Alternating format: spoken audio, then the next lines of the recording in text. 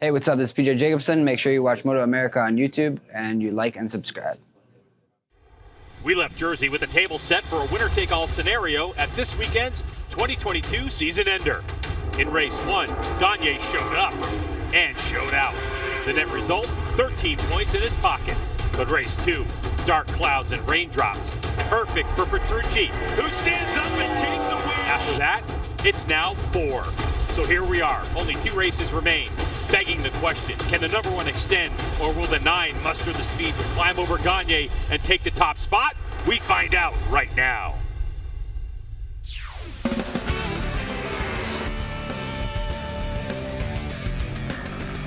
You're locked into the MotoAmerica AMA FIM North American Road Race Championship. This round, Superbikes at Alabama.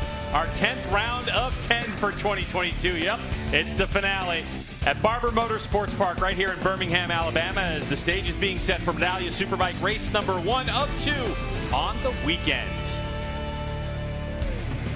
Unbelievable sights here at Barber Motorsports Park. Welcome to the broadcast. Welcome to the broadcast booth. I'm Greg White, standing alongside 2-time world champ Jason Pridmore. Now, Jason, I mean, we could talk about a bunch of stories in Medallia Superbike, but what it comes down to is there's only 4 points that separate 1 from 2, and a championship needs to be decided this weekend. Yeah, and you can feel the tension in the air. It's the first time, I think, in a long time that Greg and I have been here for a final race where we're 4 points separating in our top class Superbike. As you can have a look here, Greg, 331 to 327. A lot of things have happened during the course of the year that we'll get into, but you can see Cam Peterson still in there as well. And how Jake Gagne's got to 331 and how Danilo Petrucci has gotten to 327, completely different in the way that they've done it this season. But Jake Gagne, when it comes to it, Jason, we haven't seen those two, Petrucci and Gagne, race together. No, we haven't got to see them actually really, really close, and I thought this might be the place that we would see that, because you could see in each one of these shots, there's nobody behind him. Here in Atlanta, Petrucci pulled away for race 1. He had a big battle with Cam Peterson, but that was behind Gagne as well. Petrucci has had to come and learn all these tracks. We knew in the wet this guy would be a gigantic force on that Ducati, as he was at Jersey. So as you can look here, Greg, here are the last 12 races that they've run. And the big difference, of course, you can see a 4th and a 5th for Gagne and that DNF, where Petrucci has just kept it really steady and only had a 4th place finish off the podium. And there's only 50 points available. But Gagne's on a Yamaha, Petrucci is on a Ducati, and there's a lot of Yamahas that are very fast on the grid. And let's get down to our first one right now. Scholz is rounding out the front row, an all Yamaha front row, as you mentioned, Greg. Now, Matt, what role, if any, can you play in the way that this championship shakes out? I mean, I would definitely like to help Yamaha where I can, but obviously, you know, I'm going to try to win for the Westby Racing crew. But you know, Jake's a personal friend of mine. I'll definitely like to help him if I can. And yeah, I mean, I'm just really pumped to be at Barber. It's one of my favorite tracks. I've always loved coming here. And you know, it's the final weekend's race of the season, so I just want to finish it off, you know, strong and bring home a good result for my team. And thank you to everyone who's supported me over this whole year. Best of luck out there, Matt. Let's get over to Jamie Howe with yet another Yamaha rider. Well, Matthew Scholz is a Yamaha teammate. Cameron Peterson is an attack performance teammate to Jake Gagne as he looks for that championship. We talk about big picture, we talk about championship points. What support role do you offer to Jake today? Yeah, like you said, there's a big picture. You know, this championship means a lot to everybody. So I think we've been thinking about it a little bit too much. You know, it seems like we're all in a pretty good position and in a good spot. So I think main thing is just to put our head down, go race like we have been all year, and I think everything will figure it out. But you know, if it comes down to it, I'm here for the team. I'm here for Jake. So we'll just see how the race plays out. But it should be a good battle. Looking forward to going riding with the boys. He said it. He said we're in a good position. Thinking too much about it, Greg. He certainly is. Yeah, you know, and one of the things that you heard him say is we don't want to overthink this process. Let's just keep doing what we've been doing, and that's important. This is the battlefield that we have, Greg. Barber Motorsports Park, one of our favorites, down into turn 1. It's going to be key to get off that line strong. Short run down to 1. Turn 2, 3, 4, very technical. Up and down is Barber Motorsports Park, no more than there. Down into turn 5, that first lap, get through Charlotte's Web clean. Then you can run your race up over through turn 9 where the museum is. Turn 10 and 11, very fast along that back straightaway in front of of all these great fans. Tricky turn 12 into 13, up over the top of another big hill, down into a place where these tires are going to take a beating on the right sides. Turns 14, 15, 16 before you flop it back to the left in 17, Greg, on the run back to the finish line. One of my favorite computer-generated tracks in all of the United States. But let's get a more intimate look at Barber Motorsports Park with Roger Hayden, who has our Ducati Fast Lap. Let's look at some of my favorite corners at Barber Motorsports Park. Turn 4, an uphill right-hander that's blind, not able to see the apex or what's on the other side. Also, that corner is important because it sets up your run to turn 5, which is the best passing opportunity. Then turn 8, the museum corner. A really fast blind right-hander, but the track goes away at the apex, so you have to find your reference points. And then turn 12, a really fast left-hander that goes down into 13 that has a lot of camber, so that will help you scrub your speed. All right, thanks, Roger. 4.5 minutes from a race start, and for his pole position, Jake Gagne is rewarded with a Wilbur watch. Can he turn it into a race win and a championship? We'll find out.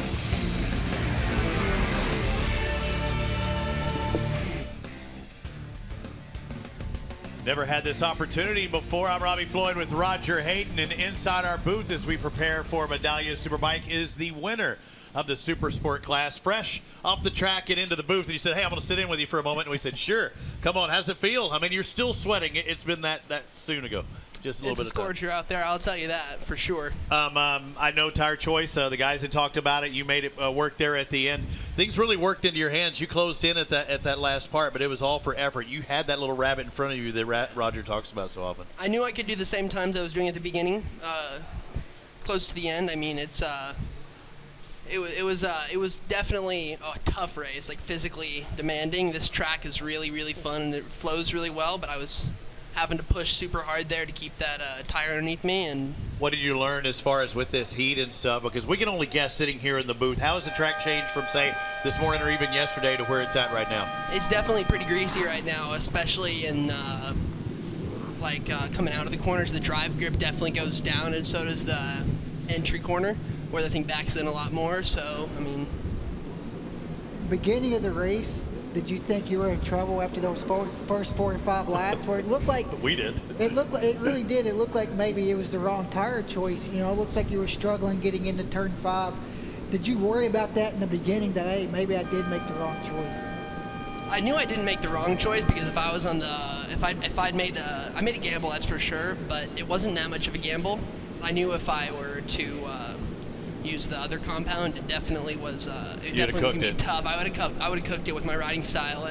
Into 5, I definitely had to get used to the harder compound for the first few laps. But once I figured that out, I just backed my braking up a little bit and just made myself a little bit more. You're going to have a different race tomorrow, I promise you. Josh is going to, if he gets out in front, he's going to push harder to try and break you. I think he learned something today by finishing second. All right, talking about these guys, what's been the word in the paddock of the pits? Because once we're up here, we never leave. What's the word about the Medallia Superbike and the way that this thing's going to go down today? I've been camping in my rig.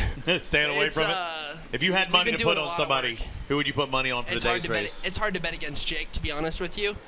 But I know Cam and Maddie and PJ and Danilo are all going to do everything they can to at least keep him in sight. But in those first 2 laps, Jake is just, he's on another level right now. So Roger, Cam, maybe? Cam, maybe. What's team orders? I don't think there is any today. I think the big thing to watch for, greasy track. Yes. Talking about all the classes. If you're uncomfortable with your Ducati in practice and qualifying, how comfortable will Danilo Petrucci be with this race bike coming up next for the race? Medallia Superbike coverage is sponsored by Medallia, the pioneer in customer and employee experience. By Dunlop, the official tire of the MotoAmerica Championship Series. And by Geico, where 15 minutes could save you 15% or more on your car or motorcycle insurance. Beautiful shots of Birmingham, Alabama, not too far away from where we are. As we take a look at the starting grid for Medallia Superbike Race 1, it was Gagne, new track record, a 122 flat. Yeah, Cam Peterson and Matthew Skoltz also there on the front row. PJ continuing to ride well. Petrucci, you see there in the middle of row 2 next to Escalante as well. Lewis Gillum Kyle Wyman on the third Tytler's bike this weekend. Hector Barber, Dave Anthony, and Ashton Yates starting outside of row 4. Then we have Corey Alexander, Max Flitters, Travis Wyman, Jeff May, Ezra Bovier, Andrew Lee. A little further back, Posh, Lewis, Giannato. Nice to see Joe back on a BMW. And then Hunter Dunham, Lampkin, Isaiah Davis as well. And then on the last row there, Greg, we got Coffee and Waters. All right, 20 laps scheduled for Medallia Superbike race number 1. The sun is shining. It's a beautiful day. Temperature is up. And you can see it's all about this championship. And it's about Petrucci and that 5th place starting spot. Were they able to make enough changes from qualifier to the race? Clutches are out. We're going racing. And it looked like a good launch from all 3 on the front row. Jake Gagne was the closest one there. He'll take us off into turn number 1. So it's 1, 2, 3 for Yamaha at the moment. And Petrucci slots himself by. He gets by P.J. Jacobson, muscles his way through on that Ducati. Now he's got to start to go after each one of these 3 Yamahas just in front of him. Also, Kyle Wyman with a tremendous start from row 3. It looked like he was almost up to the front 4, got squeezed out down into turn 1. I believe he's running 6, Greg. Petrucci, his strongest part of the racetrack, down into turn number 5. He's able to gather back up a couple of bike lengths. Up and out of the saddle is Matthew Skoltz. He loses a little bit of drive. He did, and Petrucci did. Both were up out of the saddles ever so slightly out of Charlotte's Web. Tires are brand new. Track's going to be hot and greasy. You see Petrucci getting all out of shape as he goes over the curbing. He's going to lose a little bit of time there. That's going to open the door for P.J. Jacobson, who is closed up to Petrucci's rear wheel, coming into this very fast S section on the back straightaway. Perfect scenario playing out right now for the Fresh and Lean Progressive Yamaha team. It's Jake Gagne. Cam Peterson looked like he turned in a little bit too early, had to check himself up. And then you have Matthew Skoltz, who noted he is part of the Yamaha family as Skoltz, but Skoltz's job is to win for Westby Racing and let this championship play itself out. You can see what's happened. This field is splintered big time already in this first 5 as Petrucci has been struggling this weekend. This guy, though, P.J. Jacobson, has been riding tremendous on this Tytler's BMW, putting in good ride after good ride.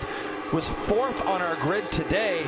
You see Petrucci pretty tight there going down into turn 1, so we'll have to see if he can rebound, start to put his head down a little bit, recover from that small mistake he made, jumping that curbing. It's a long race, Greg. Anything can happen. 20 laps around a very hot and humid, slippery racetrack. Down into turn 5 goes the front 3 as Matthew Skoltz trying to get it stopped, Hannah. And this is really starting to shake out exactly the way that Skoltz had planned and hoped. He was saying he really would like to protect Jake if he can by not bringing the rest of the pack up to the front. He knew that these 3 Yamahas would have the pace consistently to break away throughout the race, and he knows that if he can stay in the low 23s for the duration, that he'll be really successful. He just wants to make sure that these laps early on are clean, to stick with these other Yamahas and pull away. Otherwise, he did some long stints on used tires and knows that the bike will be there at the end. Yeah, that was really the key for a lot of the riders, and one benefit to having good weather so far since we've been here. But Jay, one thing that's really interesting, in talking to Gagne, Peterson, and Skoltz at different times during the weekend, all 3 of them said the same thing, that Barber Motorsports Park is a Yamaha track. It's a place where the Yamaha works perfectly, and it feels like that this racetrack was designed for these motorcycles. Yeah, it really is, because they're able to keep a lot of roll speed and corner speed through. That's kind of what that R1 is known for. Talking to this guy here, the number 45 of Cam Peterson, he's made a pretty big step this weekend, and we got a nice little 20-minute conversation with him. Greg and I did after qualifying, and he was mentioning just that, wasn't he, Greg? Talking about how this bike likes to roll through corners, and he even said the same as much as you did, that it feels like this track was designed for this place. Jamie? And one of the things that Cameron Peterson told me was that it's just a flowing track, and that's what the Yamaha needs. It needs to be able to just flow and be able to feel it out as the rider. And he said that it just comes in leaps and bounds here. But he got a little bit emotional leaving the racetrack yesterday. He said that he's been riding bikes since he was 4 years old, and he had never ridden a motorcycle that he felt more comfortable on than what the team was able to put underneath him yesterday. And then he even improved that in the qualifying session today. So as you watch him ride, like it means so much to him, and he's so happy with the way that the season has evolved and the way the bike has evolved, and he feels like he's ending the season now on this high note of that's a motorcycle that's his. It was developed for him. It fits his riding style, and it's just a great way to go into the off season. It certainly is. And Cam Peterson has done an outstanding job this year. But Jason, I want to make note that out front, Jake Gagne, even though he's not getting away, he went 1:22.917 on his first flying lap. He breaks the race record. That was set in 2020 by Cameron Bobier at a 1:23.4.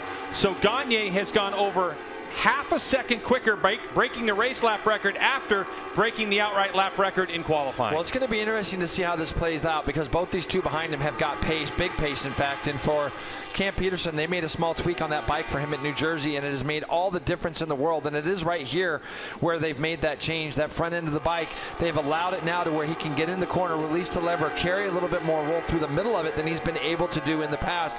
In other words, he's not point and shooting that bike as much as, say, the number one of Gagne. Two slightly different riding styles. And for Cam Peterson, he has been extremely fast since they got out of the truck this weekend. As you look at Petrucci right now, Greg, the leaders when they went through that time, 23.3. So Gagne might have made a mistake on that last lap, but 24.2 for Petrucci. So he's just a little bit off of them still, but he's just got to keep chugging along and put these laps together. Yeah, he goes from a 1:22.9 to a 24 flat. Something happened, right? Something happened. A mistake was made somewhere, but it is Gagne, Peterson, and Schultz with Petrucci now 3.5 seconds back, Hannah. Petrucci consistently did 23s when he was here testing in May, but he's really been struggling this weekend. He wasn't able to get a good flying lap yesterday. He constantly felt like he was going to tuck the front. The electronics and engine braking issues that they're still having kind of push him into the corners, making it difficult for him to get the bike turned. So he said he isn't necessarily feeling championship pressure because he's farther off of Gagne's pace than he hoped to be. He said this weekend he's not really battling Gagne, he's battling his own bike. Yeah, and to add to that, I mean, I have never seen that Warhorse HSBK Racing Ducati New York team have this bike during a session apart more times this weekend than I have all season long. They were throwing shocks at it and all kinds of stuff. So they have definitely been struggling and not coming up to championship form and giving Petrucci the bike that he needs to fight Gagne for this championship. Now the scenario here, Jason, is if Jake Gagne can win this race, the only way he could wrap up the championship today is if for some reason Petrucci DNFs the race. Then he would have the championship. But this right now is more of an exercise in put as many championship points as you can between yourself and Danilo Petrucci as they head off into tomorrow's race. Yeah, this is just big frustration right now for all the Ducati team, and you can see the franticness of the all weekend, as you said, Greg, because they're trying to do whatever they can for Danilo to give him the best bike possible. To be fair, I really thought this would be a really nice track for that bike and for those guys at this place, but it just hasn't clicked for whatever reason. And it goes again, the experience of these three in front have had tons of laps around here, lots of laps on these R1s, and it's in, you know, Greg, experience you can't pay off experience as much as these three guys are. That Ducati just doesn't have the data that these guys have. Oh, Cameron Peterson. What just happened there? Cam just crashed up in turn 2. Cameron Peterson down in this one, and that bodes well for Petrucci as he gains back another couple points. So unfortunately for Cameron Peterson, who has been so comfortable since they rolled this motorcycle off the truck, literally one tooth gear change from the last time they had this motorcycle in dry race trim, haven't touched a clicker. And you know, you got to think about things because there is, you know, obviously there's a threat of rain here tomorrow. We've had a lot of people come up and talk to us about it. With those points that get thrown away by Cam there, that's going to give Petrucci just a little bit more. And that's why Danilo, he's so experienced. He's going to do everything he can to bring that bike home and try to make the changes overnight to maybe get himself a little bit competitive. We know how much they have tried already, and you can see how far back he is of second place right now. Matthew Schultz. Schultz, that last time through, 23.5, leader was 23.2. Schultz right now is just trying to keep it on the island, as well as Gagne seems to have, you know, whatever mistake he made earlier to do that 24.0, he's rebanded back from that. We're looking at the championship. It's 25 points, obviously, for a win. Then it's 5 points back to second place and 9 points back from first to third. So there's Petrucci. A 23.3 for Gagne, so he's back into his rhythm. A 25.3, so Gagne just took 2 seconds out. But then you have this battle raging on behind of P.J. Jacobson. Wait a second. Wait just a second, Jason. We just got information that came across our screen that says the number 9 of Danilo Petrucci has been penalized 5 seconds for a jump start penalty. Wow. So on our timing and scoring screens, Petrucci has been relegated back to 5th place. Yeah, you know, you say that, but it's not going to be that big a deal, Greg. He's going to be able to make up this time. He's got to try to get that 5 seconds back so early in the race. I don't think it's anything that's really going to be too upsetting. He should be able to pull back away and have that 5 second gap. I don't really see this reflecting anything bad as far as I think third place is where he is right now, and I think that's where he'll finish.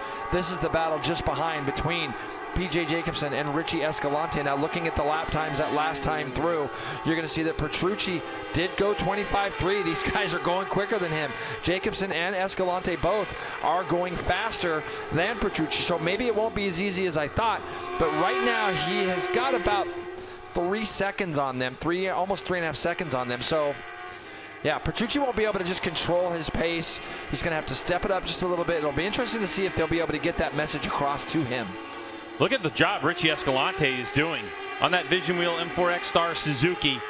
In qualifying, Jason, when Escalante came across the stripe and was 6th, putting him on row number 2, the team cheered. It has been just an interesting year of struggles, ups and downs for the rookie in the Medallia Superbike class, Richie Escalante.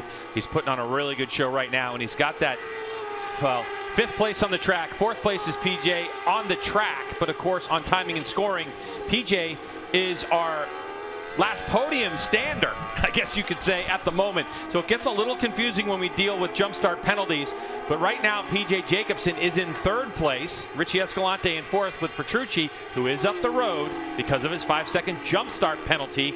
He's still in 5th spot. Hannah, let's talk about Richie Escalante and the job he's been doing. The last couple of rounds, we've really talked about Richie Escalante's confidence and how much it suffered after he had that really big crash at Brainerd, suffered an ankle injury as well. He said this weekend is already going much better, and obviously on track it's going much better. He said they spent some time between rounds talking with the team to help them feel more prepared. Their base setup for the weekend was really good, just a couple clicks here and there, but he's got his confidence back. That ankle's feeling better. He just wants to improve in a couple corners on the brakes, but he's happy with his overall pace, and he said he doesn't really have any expectations. He's got nothing to lose. He really just wants to finish this race and enjoy the last round. Yeah, and that's just the thing, is he's just got to get through this. And I think also, Greg, it's really nice to see Richie Escalante rebound again.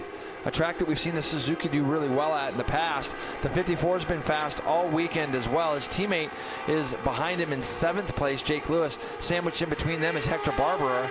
But it's going to just be for Richie Escalante right now, just continue to keep pushing forward, get as many laps as he can. We haven't had as much reason to talk about him this year, and right now he's riding really solid, giving PJ that extra little push he needs. They can still see Petrucci up the road in front of him. All right, so as we look at PJ Jacobsen on the Tytler Cycles Racing BMW and the Vision Wheel M4X Star Suzuki of Richie Escalante, here's a look at the jump start, Jay, right in the middle of your screen. Yeah, it just started to roll just ever so slightly. It looked, and you know, it's just that smallest of margins of, and you know, Danilo, as a rider, the most pressure he has on him is to try to get that start right off the bat, and he just started to creep just a little bit, it looked like. So 1.3 seconds is where Petrucci sits behind Escalante on our timing and scoring screens. Obviously on track, Petrucci's 3rd. That's why you're seeing on the left part of your screen you have the scoring pylon that we provide for you, and that is where, if the race finished now, Petrucci would finish. So keep an eye on that as we keep an eye on those split times. As Gagne has a 3.9 second lead over Skoltz. PJ Jacobsen 14.3 seconds behind Gagne, then Escalante. Petrucci in 5th. Hector Barber 6th. Jake Lewis, Hayden Gillum, David Anthony with a good job, good run in the top 10, and then Kyle Wyman in 10th spot. Interesting turn of events, Jason, for this championship with Cameron Peterson going out. What's crazy is these two guys just turned the fastest lap of their race, 24.6, 24.8 for Jacobsen and Escalante. So again, it's about 3.5 seconds between where Petrucci is up the road. So he's got to continue to try to get away. Matthew Skoltz running a very lonely race by himself. He's at 24.4, running the same lap times as Gagne at the front. But Gagne, as we know, is pit board watching at the moment. Cam Peterson did get back up. He's in 19th place right now, trying to just go back through this field. Talk about pitboard watching a little bit more. What are you talking about? When these guys come onto this front straightaway, that's the way they communicate with their riders, that there'll be a crew member out there supplying whatever data the rider wants to see on his board. For some riders, it might be a plus a certain amount back to the rider behind them. They'll usually have a lap count on there as well, Greg. More importantly, when we get down into championship title battles, you'll certainly see some messages on the board that maybe you wouldn't normally see. If one of the title contenders goes out or has a problem, that might get put on that board as well. So once a lap, these riders are going to get to come through and see that. Now, 24.6 again for Richie Escalante, 24.7. Petrucci did go quicker that lap than these two guys, 24.5 for Danilo Petrucci. So he's got to continue again, Greg, to pull away from them. And it'd be interesting to see, maybe Hannah could check it, or Jamie, about if that message is being, giving to Petrucci, that he's got some time he's got to try to make up. Good looking Hector Barbera working his BMW M1000RR. Now here's a look at Jake Gagne, the #1 plate. He's trying to wrap up this championship. He had it last year. Now, Jay, we watched Gagne roll around this racetrack. He's having a good go at it. But let's talk about his future. In a couple of weeks, he leaves with his team to go World Superbike to Portimao to have a one-off race. But what's interesting is people have been asking in the pits, what's the big difference between a Medallia Superbike here in MotoAmerica and a World Superbike? And Jay, we talk about it.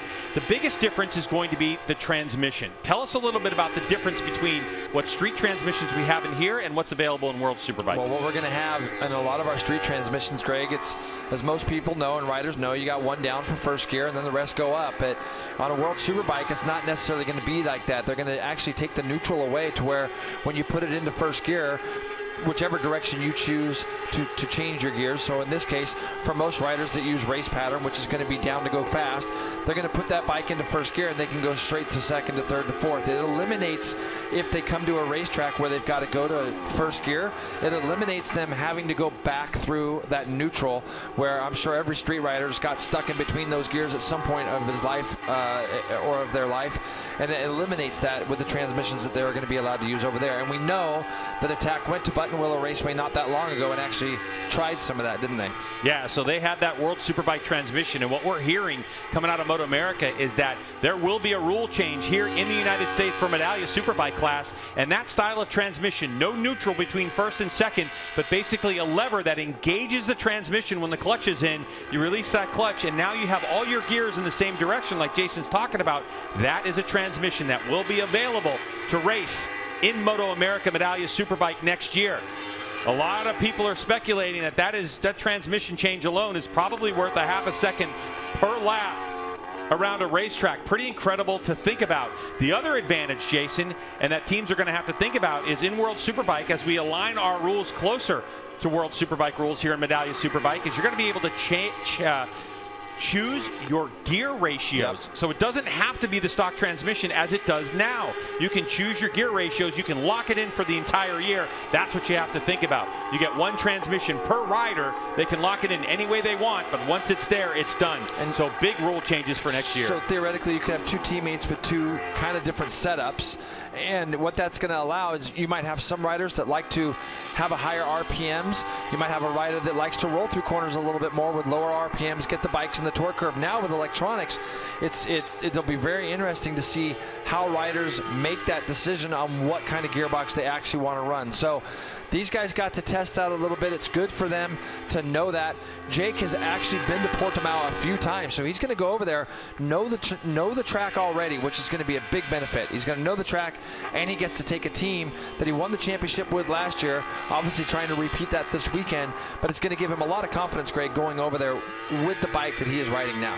Watching Jake Gagne race Barber Motorsports Park, Jason, and looking at his riding style, he doesn't look like the same rider he's been, that point and shoot. It looks like he's got more roll speed. As we look at Matthew Skoltz, you can see Matthew loves this place. He's had a win in his career in 2017 in the rain here at Barber Motorsports Park. When we used to race Stock 1000 and Superbikes together, he beat everybody on a Stock 1000 machine. He beat all the Superbikes in the rain. He loves this place in the dry, and he especially loves it in the wet. Yeah, no, in any kind of wet conditions. Matthew rides amazing anyways. We saw him at the beginning of the year in that title hunt. A couple mistakes made, a couple little races that weren't quite the weekends that Matthew wanted. The Ridge, I remember being kind of one of them. But he's always trying as hard as he can. You can never accuse this guy of not giving everything he has, as that goes with the whole Westby team. So Matthew right now running a solid second. He's about 4.7 seconds back. Now, one thing I did find interesting earlier when we saw the shot of Mike Canfield holding the pit board for Jake Gagne, he had a plus 18 on there, plus 17.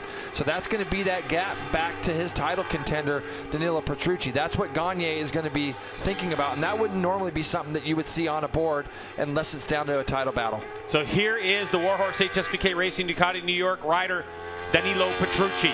Currently, he's in 5th place on your timing and scoring screens. However, the gap to PJ Jacobsen and Richie Escalante has started to grow a little bit. For most of the last couple laps, we've seen the gap at about 1.4 seconds. It's now down to 9/10 of a second. So what has to happen at the moment as they come across the stripe? We're going to get a better idea.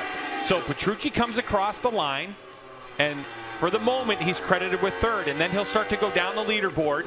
It's PJ Jacobsen, Richie Escalante, but wait a second. All of a sudden, we have Hector Barbera, who's picked up enough speed, and Petrucci is now slid to 6th in the running order on timing and scoring versus 3rd on the racetrack.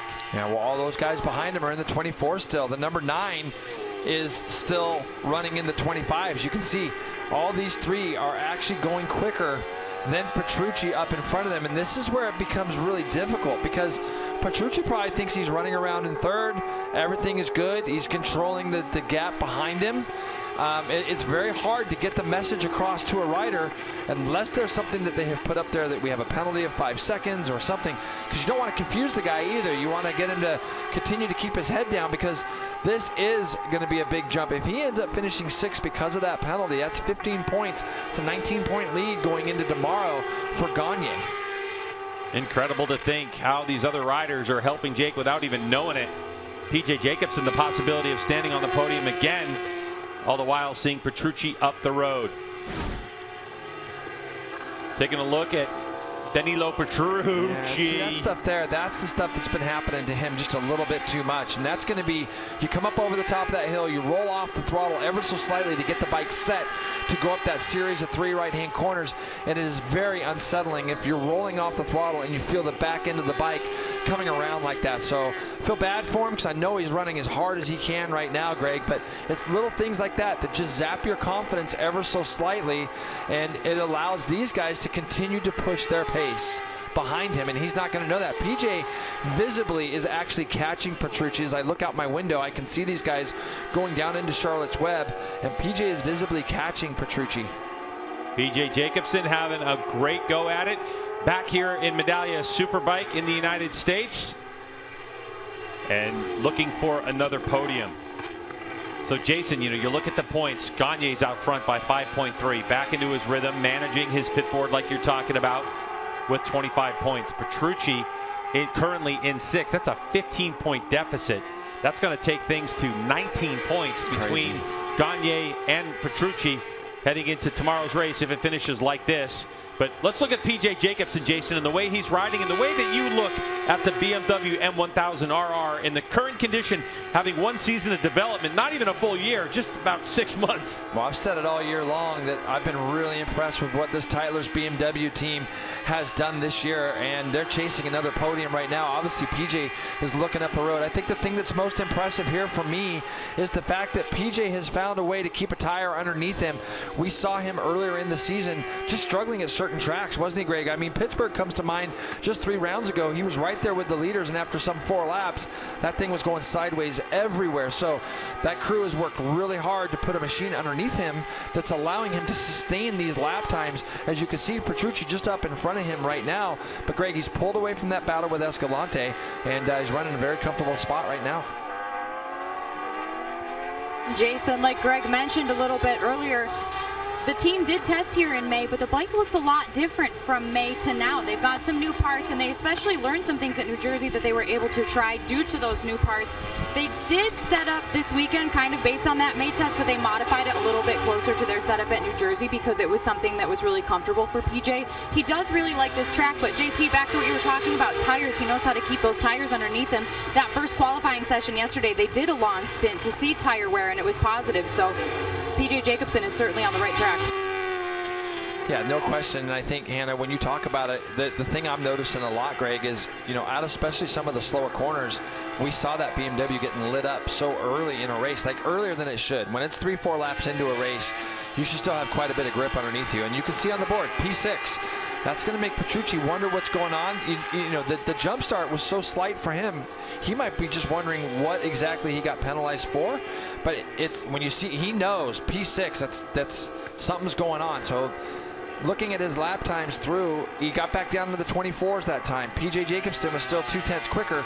All of the guys running from 3rd through 6th are all in the 24 range still. Petrucci in the strongest point, breaking downhill. But Jay, the one thing we know is no matter what goes on, and having a season with Petrucci, he never ever gives up. I mean, he throws everything he has at it, every ounce of energy for every race, and he's fighting right now as hard as he can. Just so weird. I mean, that's the best word I can use. Weird that they came here and tested and consistently in the 23s just a few months ago, and now they're just struggling to find that kind of pace. And I think that everyone on that team is scratching their heads as to what is going on. And with the laps winding down, 2.5 laps to go, it just doesn't seem like Petrucci's got a weapon underneath him that can fight off the advances of PJ Jacobsen, Richie Escalante, and Hector Barbera. And you can see there, it looks like he's just being so careful up over the top of that little area where that's a spot where normally Danilo would just be attacking. But when you have the rear of the bike snap out on you like it was, and I've gone out and watched a little bit, and you can see how close PJ is to him. I've gone out and watched a couple of the sessions in some places, and the Ducati does have a tendency to snap around on him quite a bit when he's trying to get that extra little bit out of it. That's when that bike starts to become a little bit unstable. And you know, Greg, as in a heat, when it's as hot as it is, you know you have an electronics package underneath you that can save you. But as a rider, that seat of the pants that you're trying to feel for, if it's not there, it makes it really hard to push through that. Jason, let's talk about what you think the mindset is of PJ Jacobsen. He knows he's 4th on the racetrack. His pit board clearly says he's P3. Do you think there's a lot of motivation right now for PJ to stand on the podium and be 3rd on the racetrack to reel Petrucci in and get around him? Yeah, there's no question. I think for this guy here, he's ridden really superb, and we don't know what PJ is going to do. As it looks like Escalante has gone down. That's going to move Petrucci up a spot, so let's not forget that. As you can see, the grass is on fire. Going to try to get that put out, and Escalante went down in the same turn that I believe Cam Peterson went down, turn 2. But when you start to think about what's going through PJ's mind, we don't know where he's going to be racing again next year. There's been no announcements on PJ's future as this guy's getting the white flag. As he comes across now, Gagne gets the white flag. So it'll be interesting to see where PJ lands. For Jake Gagne, he's going to be interested to find out what the story is in this race. He gets out to the lead and never looked back on this final lap of competition. Is that one of our contenders? Yeah, that was Escalante. That was Escalante getting back on the track. Yes. All right. And now we have Danilo Petrucci. So PJ Jacobsen in 3rd. Hector Barbera and Petrucci in 5th, but he's close to Barbera. If he can gain a 10th on this lap, if he can get a 10th on Barbera on this lap, that will actually put Petrucci back up into 4th. So a couple of things that, you know, all these points really, really matter right now for Petrucci. So he's got to keep his head down. Now Hector Barbera behind him is got nobody really in front of him right now, as far as there's no reason for Hector Barbera to really push. He's got a big gap on the guys behind him. So now it's a matter of if Petrucci can gain this 10th, that'll be 4th. And the difference between 4th and 6th, just like that, is actually 3 points. It could prove pivotal in tomorrow's finale. Now here comes Jake Gagne, trying to notch another win, a couple corners to go. He's done everything he can to extend his lead in the championship and let it all play out behind him. Onto the front straightaway, the #1 plate. Jake Gagne will take another win Race 1 here at Barber Motorsports Park. Coming across the line is going to be Matthew Schultz. He'll stand on the podium one more time. Showboat down into turn number 1, and now we await. What are the points going to be? Here comes P.J. Jacobson onto the front straightaway. Here comes Petrucci. So we knew that P.J. is going to finish in 3rd. Now the question is with Hector Barbera, does Petrucci finish 4th? Hector comes across the stripe, and Petrucci was able to do it. So Petrucci will stay in 4th place. He was able to get, what, Jay, about 8/10 of a second. Yep. So it's that 3/10 plus another half a second. So it's going to be Gagne, Schultz, Jacobson, Petrucci in 4th, Barbera in 5th, Hayden Gillum in 6th. Great run for him. And Jake Lewis, Corey Alexander, Cameron Peterson picked it up and finished 9th, and David Anthony, your top 10.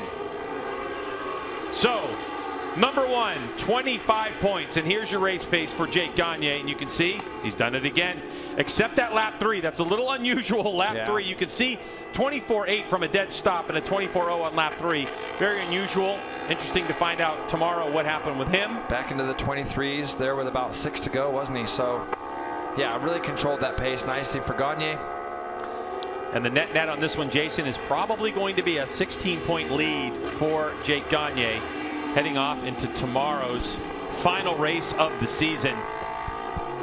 And Jay, we keep looking at that forecast, and it says 38% chance of rain. And just so people know, 25 points to win. So if it's a 16-point lead, if Petrucci was to win tomorrow, Jake would have to finish 7th or better. We're going to step away from Barber Motorsports Park. When Medallia Superbike race comes back, we're going to talk to Jake Gagne, find out about his race and more.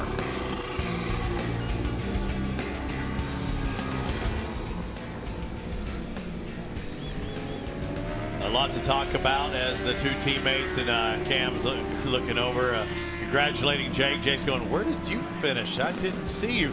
Cam Peterson, a strong run, came all the way back to 9th. And Raj, you said every time, and you hate it, I don't care if it's a junior class, twins, Superbike, makes no difference. When you're down on the ground, pick it up, you never know what could happen. Yeah, you never know. You see so many guys crash and just get up and walk off and leave their bike. He's battling for 2nd and 3rd in the Superbike points.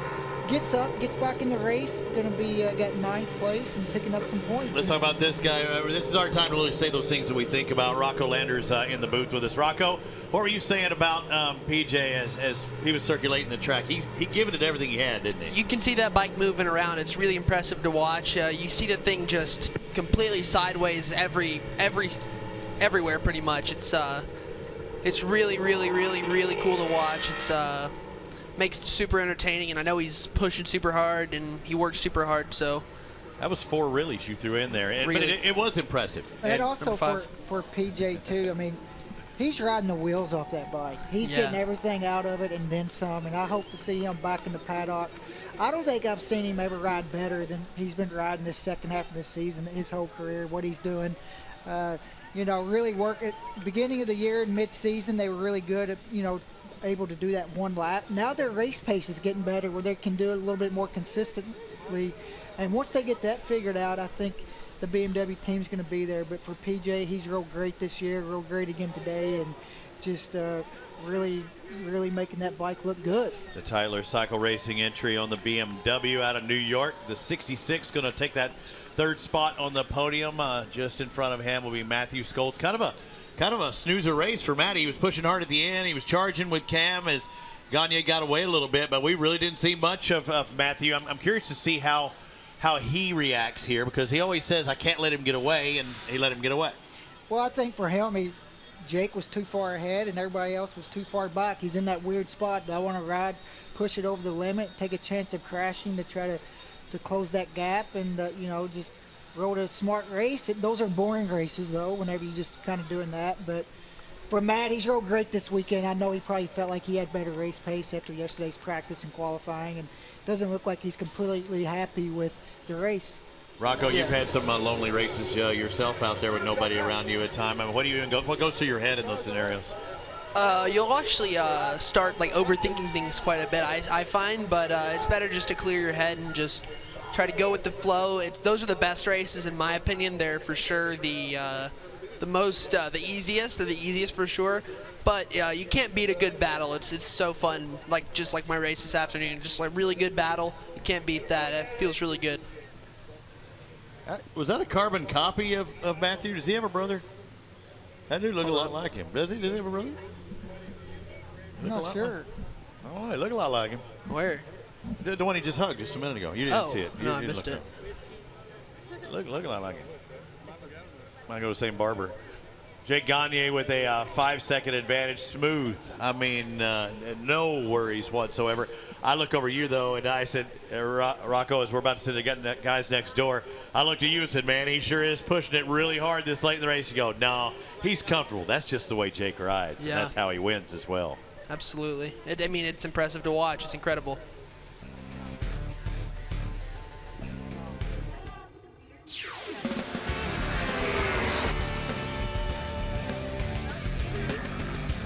We're back as celebrations begin after race number 1 in our final round of the season of Medallia Superbike. And not only did Jake Gagne win the race, but he does it again in terms of track record. He broke the track record in qualifying, breaks the race lap record as well. Kid's unbelievable. 5.4 seconds your margin of victory over Schultz and PJ Jacobsen off of Danilo Petrucci's 5-second jump start penalty. Finishes in 3rd. Petrucci 4th, Barbara in 5th, Hayden Gillum, Lewis, and Alexander. But Hannah is with our winner, Jake Gagne, so she gets to chat up the guy who extended his championship lead. Hannah? And Greg, it's his 12th victory of the season. Jake, you did everything in your control to get the best result possible. This victory was crucial in this championship chase. Does this kind of alleviate any possible concerns you have for the final race? I mean, anything can still happen, but I'm going to sleep a little easier tonight knowing we got a win and we got, you know, a couple points. But, yeah, hats off to these Yamaha guys, PJ. I mean, I was bummed to see Cam went down. I knew something went on with him, but he was charging. He was coming after me. And, you know, it's tough. I wanted to push. I wanted to go as hard as I can, but I knew I couldn't do anything stupid and ruin the whole year in one day. So I'm glad we brought it home. This Yamaha felt amazing. Awesome to see all the fans out here. The hills are lined up, and so hats off to all you guys. And yeah, one more race to cap off the year, so we'll try to finish this thing and bring this Yamaha home for the championship. And the team, all our sponsors, Fresh and Lean, Progressive, Yamaha, Attack Performance, Rye Helmets, Alpine Stars. This whole crew, man, I got the best group of guys to go race motorcycles with, so I'm happy. Congratulations, Jake Gagne, today's Medallia Superbike winner. Let's get over to Jamie with our 2nd place finisher. And Matthew Schultz was able to bring home another podium finish, that 2nd place today, but it was kind of lonely out there for a while. You rode by yourself most of the race. In those settings, that condition, what do you learn? Not too much, really. We had done everything throughout the practice session, so it was just lonely riding around just to finish 2nd. I was kind of latching onto Cam, catching up to Jake. You know, firstly, hats off to Jake. He's riding for a championship and putting insane laps down early on. The guy's just a machine, really. You know, he's not human. But anyway, yeah, I mean, I lost the front a couple times, and I saw Cameron crash. You know, that kind of sucks, but I am battling with him for 3rd in the championship, you know, so from there I was like, okay, let's just settle, take the 2nd place, and come back tomorrow and hopefully try to challenge Cam. I know that he's got some serious pace, and, you know, hopefully the Yamaha boys will be back up front again tomorrow. Congratulations on a 2nd place finish. That's Matthew Schultz. Hannah? Rounding out our podium is none other than PJ Jacobsen. After a rainy crash in New Jersey, are you feeling a sense of redemption to get back on the box?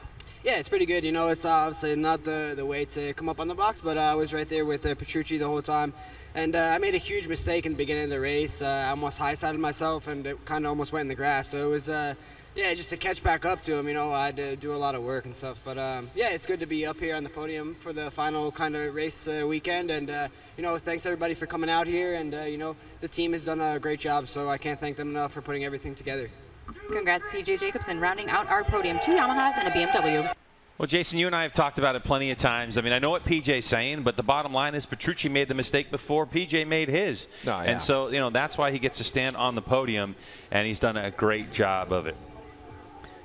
We're going to step away. When we come back, our coverage will continue. Medallia Superbike Race 1 in the books, but we're going to be back with more.